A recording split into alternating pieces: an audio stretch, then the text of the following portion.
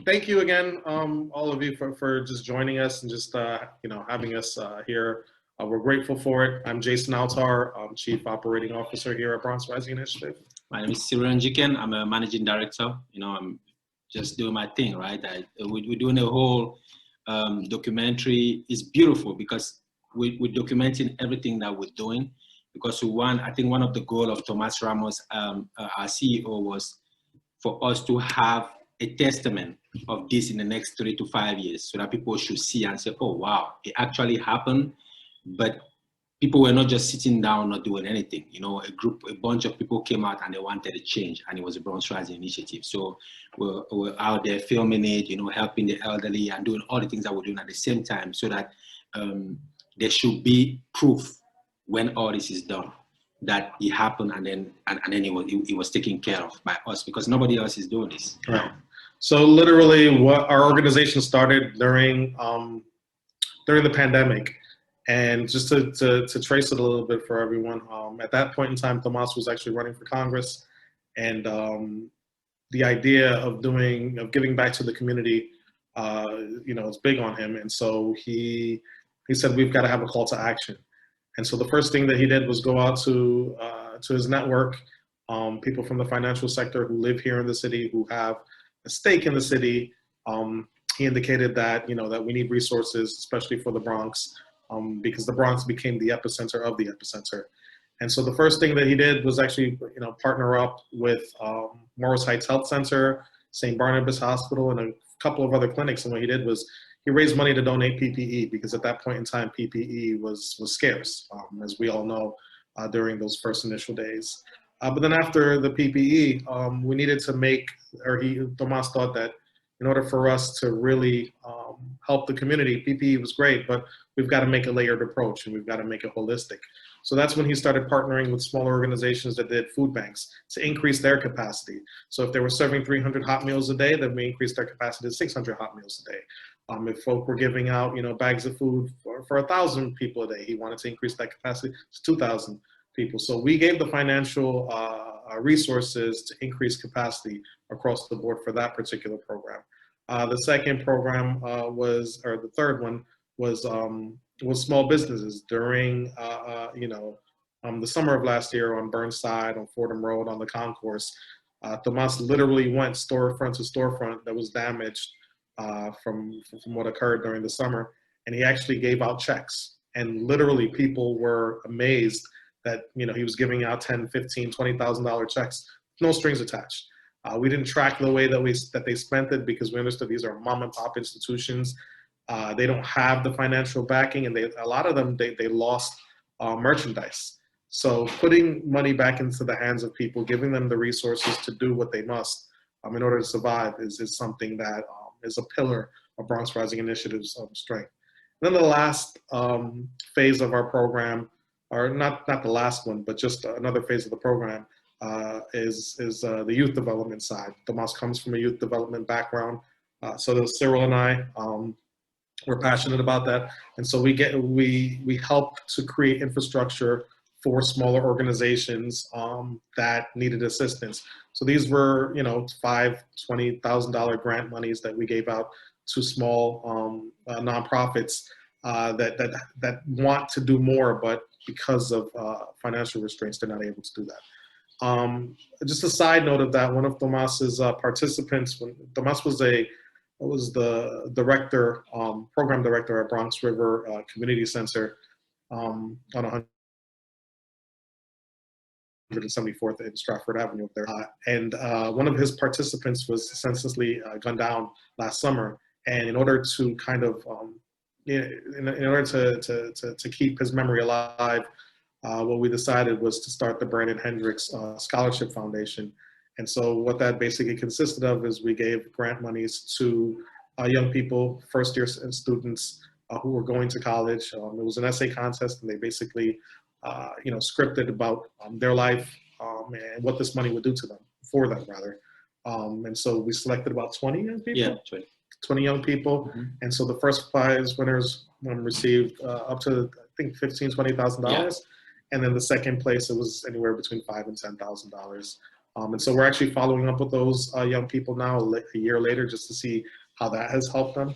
So we're a small organization, but we have resources, and we're looking to expand and just partner up with organizations. And you know, we were put in contact to Suzette and Student Life through one of our contact, one of my and Tomas's contact, Alim and Jane Higgins. And so just a little bit about what we're doing now for during this time. We've actually pivoted to doing pop-up vaccination sites all across the borough of the Bronx. This is our first dose site. We've been mostly at NYCHA centers, but we're also looking to expand to senior-only residences or any other places that we can do pop-up vaccinations. Per day, we do anywhere between 100 to 200 was our maximum, but because vaccines are becoming readily available, we're receiving more dosages, and so we're going to have a slew of events. We are looking for volunteers and staff members as well for those that are interested. Last week, Suzette and the rest of the team, we had spoken about getting some people involved, and so that's where you guys come in because and another thing that Cyrile didn't note, he's actually an alum of Lehman College. He's being humble about it, but he did get his master's at Lehman. So for him, this is a homecoming as well, where you know he's able to give back twofold to his borough and to Lehman, and he credits Suzette a lot with making him the individual that he is today. She did. So she's also humble about that. But leadership, you know, my love of my community, my love for leadership, and then the discernment of finding, you know, like-minded people like Jason and Thomas, you know, and then working not because of the money, because when we did the campaign for free. We just wanted our brother to win that election because we believe he was the best candidate to serve the people of Bronx 15. You know, we went there day in and day out, no question. I was working full-time as an executive director at USS CUNY. Jason was working full-time for the city, but we're out there full-time, you know. So that commitment is what led Thomas to say, you know what, I'm not going to let this not winning the congressional race stop me from serving, you know. And the team was ready, you know, we were ready, you know. So January, I come back from one of my numerous trips in Africa, and I get a call from Jay, and he's like, we need to meet. I'm like, okay, MLK Day, that I will never forget that. Martin Luther King Day, we meet at a restaurant, and Jason tells me, Cyrile, we're going full time with this project, and we need you on. You know, we can't do this without you. We need the same team over. And I got emotional because I just got back from Africa, and I felt like I'd given all I could give to USS, and I just resigned a week prior to the meeting. we didn't even know that. They didn't know that. I didn't tell them that I had resigned a week prior, you know. And the universe has its way of doing things. When my brothers told me, you need to come on, I was like, I asked them, how did you guys know I just resigned last week? And it was just a moment, you know. But it was meant to be because we had already started serving. And this is my message for this open house today is service is going to lead you where you need to be, right? I started in OCL. I started in the student life building to start believing in myself, to start calling myself a servant leader. And it's endless. You know, today we're on a Zoom call talking about saving the Bronx and bringing Lehman College in. You can't make that up. You know, this type of story, you can't make it. You can't make up. You need to put yourself there and serve. The more you serve, the more people will notice you, the more it will come back to you, because the more you give, the more you receive, you know. And we're doing this with love. You could see it in our faces. Yeah. Like we everything we're doing, we love it. We love what we're doing. Just seeing the elderly get their vaccine and the hope that comes with it, you can't buy it. When we were giving one of the last checks at one nonprofit, we went to the bank. Thomas and I took the check out of signed the check at TD Bank, and we gave it to them. There were 3 of them. I had tears in my eyes when we got back in the car because those 3 members of that nonprofit, they started crying. You know, that's how hopeful it was for them to get a $15,000 check from nobody, like from somebody who doesn't care about anything but just helping them. Right. You know, so this is real. If you're on this call and you're still thinking about serving, please, you're looking at 2 young men who have nothing to lose, who are just serving because we think the world could be a better place if we give, you know, if we just give our time and energy. So Yeah. It's an awesome feeling, guys. I want to just say thank you to the both of you, because what you're doing for the Bronx and what you are doing for we always say Lehman is an anchor institution. And what that means is our purpose at Lehman, Cyrile, you really should be like you're very iconic of Lehman, because Lehman's mission and purpose is to serve the Bronx and surrounding areas. And this is what the both of you are saying today. And so on my end, I am going to share this with our student leaders. We just started. I have complete faith. I'm so happy that Jonathan said we're gonna tape this, because we're gonna probably edit me out, but I'm just telling you.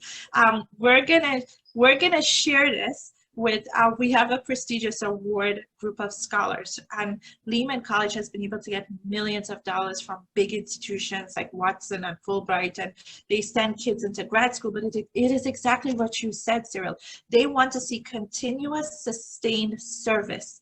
And so what we just recruited the first cohort of students, who are like 15 students who already are seasoned leaders, and so they have to do service. And so we'll fold this into the component of, it wouldn't be like a random volunteer at one vaccination site. It'll be more, because then I know, and I'm sure you know this, you spend so much time to train people and then they volunteer twice and that's the last time you see them. What you need is like a commitment of like a 3-month minimally, a commitment of that, to come in and look at it as an internship. And I'm thinking I would also share it tomorrow. We have a meeting with some health and equity professors. I'm going to share this with them too. So I really think that we're going to get, this is something our students will learn so much about. They're seeing you, people who look like them, doing good work, being the own saviors for their own community, and that's what's important. So, I mean, you're a young man, and I'm so proud of you for all the work that you're doing in the community. Thank you. Thank you. And with that, there is also the possibility, like, we believe in service, Cyrile and I, but we also believe that it's important to give back. And so, when we do start this internship program, there are already conversations going about, it being stipended as well. Because that's really important. Like, I don't expect you to just show up and yes, gain the knowledge, but it's also important for you to, travel back and forth, get some food in your stomach. Well, we always buy food, so that's not an issue. We always buy food. But it's also important to give, that's another way for us to give back to our young people as well. And I know we do have a few new faces here. If you guys have any questions or comments, for us, I mean, we're more than willing and happy to take those questions.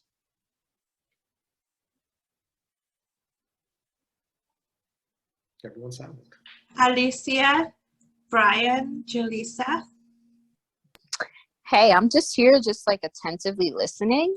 At this time, I don't think I really have any questions, but it just sounds great. I mean, I have a comment that what you guys have been doing is really, really great for our community, because I know that vaccine awareness is like really important. I know that there is a lot of misinformation and a lot of fear. And I think that one of the things that I guess I could ask about is that I know that there are some differences, not great differences, but I guess political differences in the various vaccines that are available, like Johnson & Johnson or Moderna or the Pfizer. So when in the case where people are adamant and they want to take one and not the other, what do you suggest for those people? Well, usually what I tell people is, I understand your concern, like it's really important, and these are viable questions. The most important thing that people have to understand, and what I tell them, is any type of vaccine that you take that's, here in the United States, whether it's the Pfizer, the Johnson & Johnson, or the Moderna, it 100% protects you from death from COVID. That's the most important thing. And it protects those around you as well. And so I usually kick off with that, but I like to hear people's concerns because some of them are viable, and we lead them in the right direction. Like, we do have pamphlets, we do have educational material. Just the other day, we were doing a count and we knocked on something like 6,000 doors from February to now. And we're just gonna keep going. We're just gonna keep going. Like, we're not gonna stop knocking on doors. But usually it's engaging people in conversation when people say, well, I'm afraid. And then we usually say, well, are you afraid of us? Because we've taken the vaccine. Yeah. I took my second dose yesterday. Yesterday, yeah. Yeah, so- Arm is swollen, but he's good. He's still out here. Service, see, that's what service does for you. But it depends on the person that you're talking to. It depends on how open and how willing they are to have dialogue, because I don't have all the answers. Yeah. I don't understand. I may not know their family history. I may not know them, but if they're willing to have a conversation with us, that's the most important thing. Yeah, and I think to add to what Jason said is the beauty about this is the ability to educate, right? And the most questions that we receive at doors when we do outreach is that vaccine. Why is it so early? Why did it come so quick? You know, why did it come so quick? So you have to be patient enough to engage the person and tell them, guess what? You say it came so quick. The pandemic came so quick. Nobody expected it, right? So as soon as the pandemic came last year, the science people started working to get something to help us. You know, so some people just need someone to reassure them that this thing I'm watching on social media and all that is not real. These are real people who are knocking at my door. Right. And the little anecdote, last week we're out in Soundview. So we knocked at the door on the third floor. The lady said she didn't want it. And then we walked out. So we finished the building, we're walking out. And we're always joking, right? We'll come out of the building, we crack jokes so that you just, you know, break the ice and keep the atmosphere going. And while we're standing in front of them, she put her head through the window and screamed at us. She's like, come back upstairs. Come, I need to register. Guess what? We rushed back up. And she was like 11 years old, old lady, you know. And then we knocked. She said, no, I changed my mind. I thought about what you guys spoke about, and I think I will do it. That was a moment for me right there. You know, we signed her, we spoke about rice and peas and jerk chicken. She was older Jamaican, which she invited us in her home. Beautiful moment, right? But guess what? That woman is going to live longer than she needed. She would have lived if she didn't take the vaccine. So that's us. That's it for us. Just engaging, educating, you know, informing the people, and then making it happen. We're not doctors. We're just, you know. We're community people. Exactly. That's what Biden said. Like, I think of like how they asked Dr. Fauci, what's the best vaccine? And he said the best vaccine is the one you get in your arm. And then they asked Biden, a news reporter was like, would you talk to your MAGA folks? But it was meant to be, because we had already started serving. And this is my message for this open house today is service is going to lead you where you need to be, right? I started in OCL. I started in the student life building to start believing in myself, to start calling myself a servant leader, and it's endless. You know, today we're on a Zoom call talking about saving the Bronx and bringing Lehman College in. You can't make that up. You know, this type of story, you can't make it. You can't make up. You need to put yourself there and serve. The more you serve, the more people will notice you, the more it will come back to you, because the more you give, the more you receive, you know, and we're doing this with love. You could see it in our faces, right? We everything we're doing, we love it. We love what we're doing. Just seeing the elderly get their vaccine and the hope that comes with it, you can't buy it. When we were giving one of the last checks at one nonprofit, we went to the bank.